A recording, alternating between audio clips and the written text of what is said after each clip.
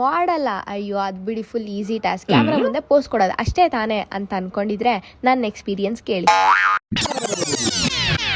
ನಿಮ್ಮ ಜೊತೆಗೆ ಸ್ವಾಗತ ಸುಸ್ವಾಗತ. ಇವತ್ತು ಸಡನ್ ಆಗಿ ನಂಗೊಂದು ಕಾಲ್ ಬರುತ್ತೆ, ಮೇಕಪ್ ಶೂಟ್ ಇದೆ ಬನ್ನಿ ಅಂತ ಹೇಳಿ. ಸೊ ಐಬ್ರೋ ಬೇಗ ಬೇಗ ಮಾಡಿಸ್ಕೊಂಡು ಹೋದೆ.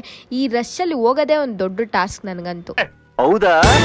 ಹೌದು, ಆ ಚಕ್ರವ್ಯೂಹದಿಂದ ಬಿಡ್ಸ್ಕೊಂಬರೋದೇ ಒಂದು ದೊಡ್ಡ ಸಾಧನೆ. ಆ ಸಾಧನೆ ಮಾಡ್ಕೊಂಡು ಇಲ್ಲಿ ಬಂದರೆ ಇಲ್ಲಿ ಕರೆಂಟೇ ಇರಲಿಲ್ಲ. 1.5 hour ವೆಯ್ಟ್ ಮಾಡಿದ್ದೀವಿ ಕರೆಂಟ್ಗೋಸ್ಕರ. ನಾನೇನು ಅನ್ಕೊಂಡೆ ಒಂದು 8:30 9 o'clock ಮುಗ್ದೋಗುತ್ತೆ ಅಂತ. ಹೇರ್ ಸ್ಟೈಲ್ ಮುಗಿಸೋಷ್ಟಿಗೆ 9:30 ಆಗೋಯ್ತು. ಸೊ ನಾನು ಅನ್ಕೊಂಡು ಅಟ್ಲೀಸ್ಟ್ ಒಂದು 11ಗಾದರೂ ಹೊರಡ್ಬೋದು ಅಂತ. ಇನ್ನೂ ಮಾಡೋಕ್ಕಾಗಲ್ಲ, ಕೆಲವು ಟೈಮಲ್ಲಿ ಅಡ್ಜಸ್ಟ್ ಮಾಡ್ಕೋಬೇಕಾಗತ್ತೆ. ಬಟ್ ಅವರು ಟ್ರೈ ಮಾಡ್ತಿದ್ರು ಬೇಗ ಎಲ್ಲ ಮೇಕಪ್ ಮುಗಿಸೋದಕ್ಕೆ. ಏನು ಮಾಡೋಕ್ಕಾಗಲ್ಲ, ತುಂಬ ಟೈಮ್ ಆಗೋಯ್ತು.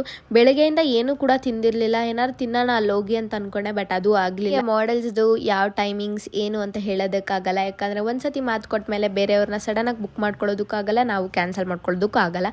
ಸೊ ಫೈನಲಿ ಫೋಟೋ ಶೂಟ್ಸ್ ಎಲ್ಲ ಮುಗಿಸೋಷ್ಟಿಗೆ ಆಲ್ಮೋಸ್ಟ್ 12 o'clock ಆಗಿತ್ತು. ನಾನು ಕಾಸ್ಟ್ಯೂಮ್ ಎಲ್ಲ ರಿಟರ್ನ್ ಮಾಡೋಷ್ಟರಲ್ಲಿ ಆಲ್ಮೋಸ್ಟ್ 12:30 ಆಗಿತ್ತು. ನಾನು ಹೋಗೋಷ್ಟಾಗ ಆಲ್ಮೋಸ್ಟ್ 1:30 ಆಗೋಗಿತ್ತು ಬಿಡಿ ಮನೆಗೆ.